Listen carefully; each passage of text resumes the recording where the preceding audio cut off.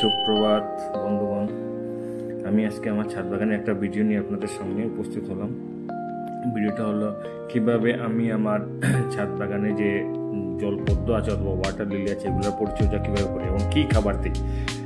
দেখে নিন কী খাবার দিই এবং পরিচর্যাটা আপনাদের পরে দেখাচ্ছি এবং কী খাবারের মধ্যে কী আমি দিচ্ছি, হ্যাঁ, যে রাসায়নিক হোক আর জৈব হোক যে সারটা দিচ্ছি আপনাদের দেখাচ্ছি। এখন দেখুন কীভাবে আমি এটা তৈরি করছি। একটা মানে এই যে কাদামাটি নিয়ে আমি বলাকৃতি করে এটার মধ্যে এই ঔষধটা, এই যে মেডিসিন দেখতে পাচ্ছেন আপনাদের 10-15 দানা করে প্রত্যেকটা মধ্যে দিয়ে আমি ওটাকে একটা গুটি করে ওটাকে শুকিয়ে নেব। তারপর প্রত্যেক মাসে আমি প্রত্যেকটা যতটা টব আছে প্রত্যেকটা টবে একটা একটা করে পুরো একদম মিডিলের মধ্যে পুঁতে দেবো আর কি।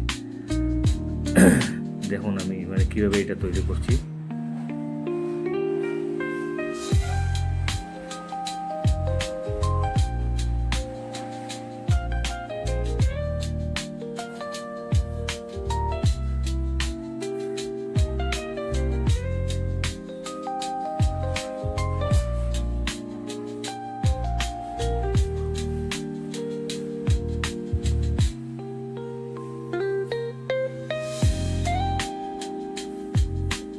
যে সারটা আমি মেডিসিনটা দিচ্ছি এই মেডিসিনটার নাম হলো NPK 10-26-26। এটা আপনারা অনলাইনে পেয়ে যাবেন, যে কোনো অনলাইন ইয়েতে পোর্টালে গেলেই পাবেন, অ্যামাজন হয়ে যায় কিছু। এনে আপনার এই যে মাটির গোলাকৃতি করে প্রত্যেকটার মধ্যে যখন 10 থেকে 15 দানা আমি করে দিয়ে তারপর এটাকে গোল শেপ করে এটাকে শুকিয়ে শুকিয়ে মানে রেখে দেবেন আর কি। তারপরে প্রত্যেক মাসে প্রত্যেকটা টবে আপনি একটা একটা করে দেবেন। দেখুন আমি কীভাবে করছি, এগুলো কীভাবে এখন রেখে দিচ্ছি মানে পরবর্তী শুকানোর জন্য।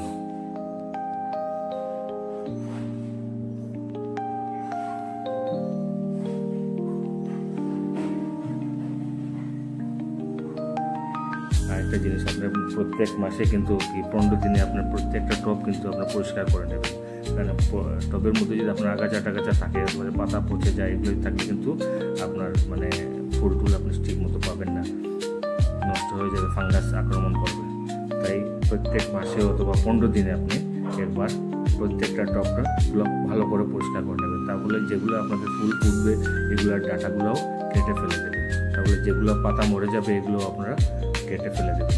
তারপর কিছু কিছু পাতা একদম জলের সঙ্গে থাকে, ওগুলো কিন্তু পচে যায়, ওগুলো কিন্তু আপনারা তুলে ফেলে দেবেন। মাসে 15 দিনে একবার করলে খুব ভালো হয়। যদি সময় না পান তাহলে মাসে একবার করে নেবেন।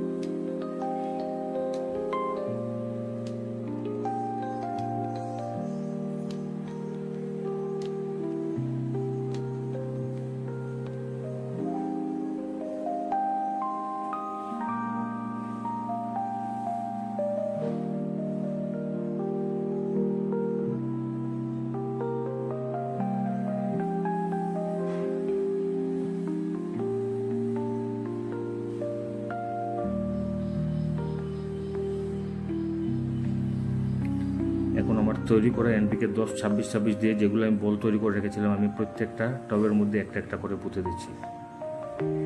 দেখে নিন কীভাবে পুঁতে যে একদম মিডিল মাঝ বরাবর কিন্তু এগুলো পুঁতে দেবেন। তারপর দেখবেন আপনার প্রত্যেকটা গাছে ফুলের কোনো অভাব হবে না।